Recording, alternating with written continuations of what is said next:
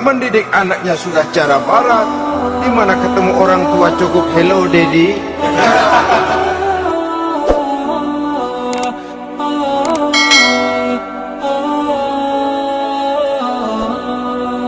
Alhamdulillahi rabbil alamin, wassalatu wassalamu ala ashrafil anbiya'i wal mursalin, sayyidina wa maulana Muhammadin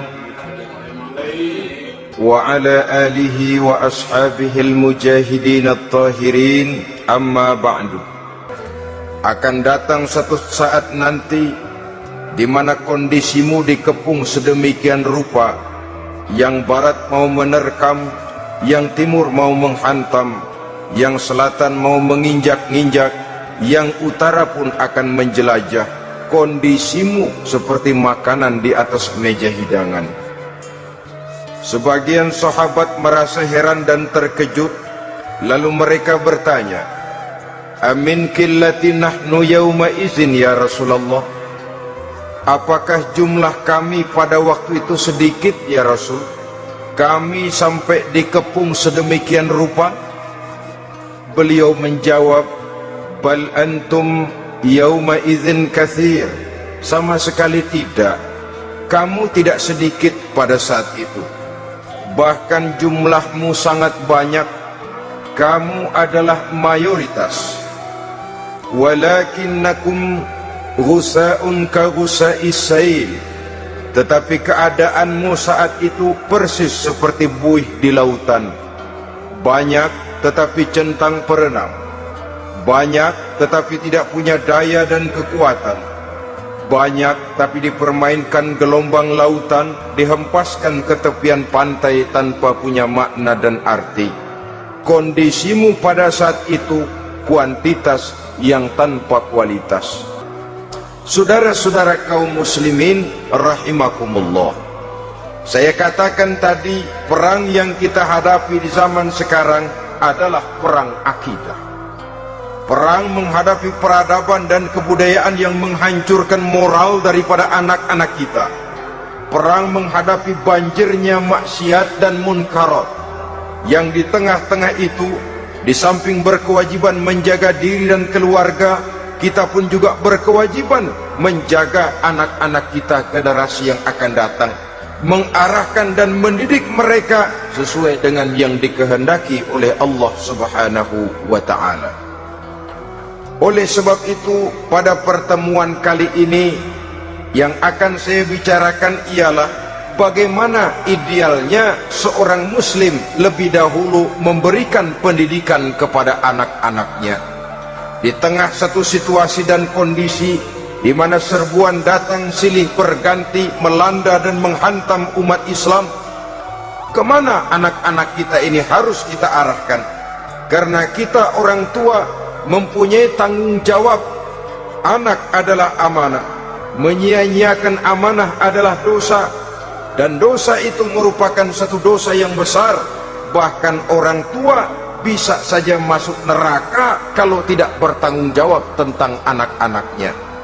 Satu riwayat menjelaskan, ada orang soleh, ngajinya cukup, sholatnya cukup, puasanya cukup, zakatnya cukup, di mana ada majelis taklim hadir, baca Quran hobi, fitnah orang tidak pernah. Di akhirat setelah disidang dia ternyata lebih banyak kebaikannya daripada kejahatannya, maka dia pun diperintahkan dan dipersilahkan masuk ke dalam surga. Giliran anaknya disidang, biang okem nih anak. Ditanya, siapa Tuhanmu? Tidak tahu. Siapa nabimu? Tenyaho. Apa kitabmu? Ora gelem. Kamu pernah sholat? Tidak. Zakat? Tidak. Puasa? Tidak. Judi? Hobi. Zina? Tiap malam. Mabuk? Berat. Wah, brengsek kamu. Kebaikan tidak ada barang sedikit pun, sementara kesalahan dan dosa berlipat ganda. Kamu neraka. anak ini protes. Benar, saya tidak kenal siapa Tuhan saya tidak tahu siapa Nabi saya tidak tahu kitab suci dan kiblat saya tidak sholat, tidak zakat, tidak puasa. Tiap malam saya judi, saya zina, saya mabuk. Tapi saya kerjakan semua itu karena saya tidak tahu dan orang tua saya tidak pernah memberitahu saya. Dia enak-enakan hadir di majelis taklim, saya nyekek botol, didiemin saja. Dia enak-enakan baca Quran, saya zina, didiamkan saja. Saya bukan tidak mau, orang tua saya sama sekali tidak pernah mendidik saya. Dia mau benar sendiri. Maka kalau sekarang saya harus masuk ke dalam neraka, saya menuntut agar orang tua saya ikut sama-sama bergabung dengan saya ke dalam neraka. Gara-gara dia tuh saya jadi begini. Orang tuamu yang mana? Tuh, yang barusan mau ke surga. Ini orang tua yang sudah mau berangkat ke surga dipanggil. Sebentar dulu mas, ini benar anak kamu? Iya pak. Waktu di dunia kamu tidak pernah ajarin dia ngaji? Sampai dia tidak kenal Tuhannya, tidak kenal nabinya, tidak kenal kiblat dan kitab sucinya? Iya pak. Dia tidak sholat, kamu diamkan saja.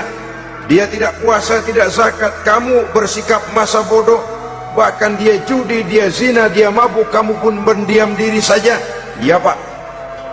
Tahukah kamu bahwa anak ini adalah amanah? Menyia-nyiakan amanah artinya khianat, dan khianat adalah dosa yang sangat besar. Kamu tidak bertanggung jawab, maka kamu, anakmu gabung ke dalam neraka.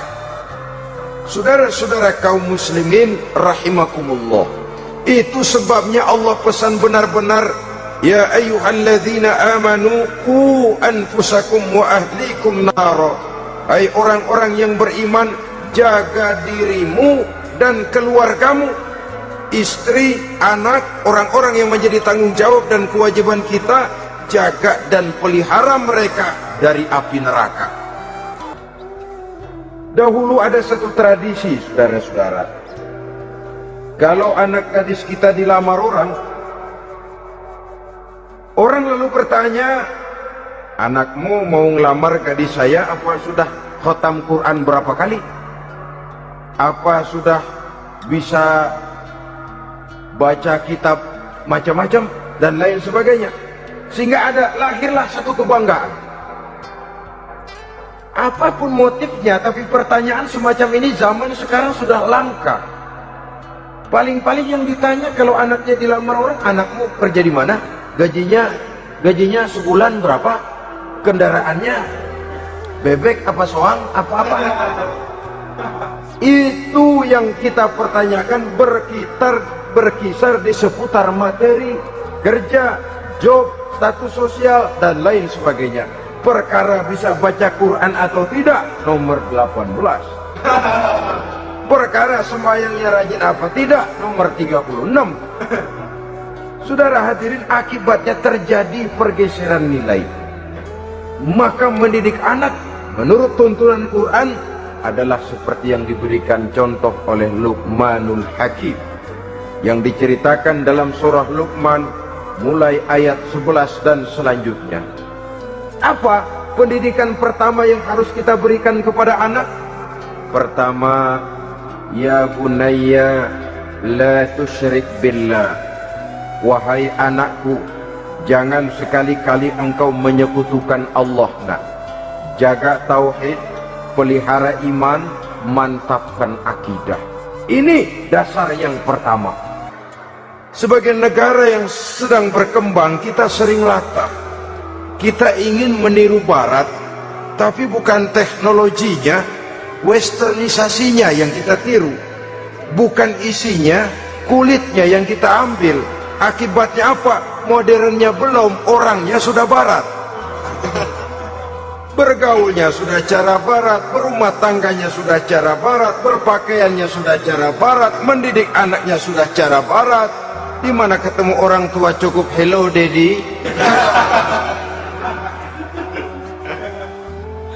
kulitnya kita ambil, sementara isinya kita campakkan. Ironi dan menyedihkan. Padahal kita sesungguhnya bisa maju dan modern, bisa mengejar segala ketinggalan dan keterbelakangan kita, dengan tetap menjaga nilai-nilai luhur budaya kita sebagai satu bangsa, mengambil isinya, dan kalau memang tidak perlu, lalu mencampakkan kulitnya. Setelah tauhid, berbakti kepada ibu dan bapak. Tidak ada satu kebahagiaan yang bisa ditegakkan di dunia ini tanpa doa, tanpa restu daripada ibu dan bapak. Ini keramat hidup. Doanya dikabul Allah dan kutubnya juga dikabul oleh Allah Subhanahu wa ta'ala. Jadi mendidik anak setelah menanamkan jiwa tauhid, menanamkan rasa hormat dan taat berbakti kepada ibu bapaknya. Itu yang kedua. Menanamkan etika otonom. Nah, kau berbuat baik jangan karena dilihat orang. Kau tidak mau melakukan kejahatan jangan cuma karena ada polisi. Kalau ada polisi kau tidak mau jahat, kucing juga begitu. Coba lihat kucing, taruh ikan asin di piring kaleng, tongkrongin, aduh kucing kalem, sopan, tenang. Sedikit kita lengah, habis ikan digarap.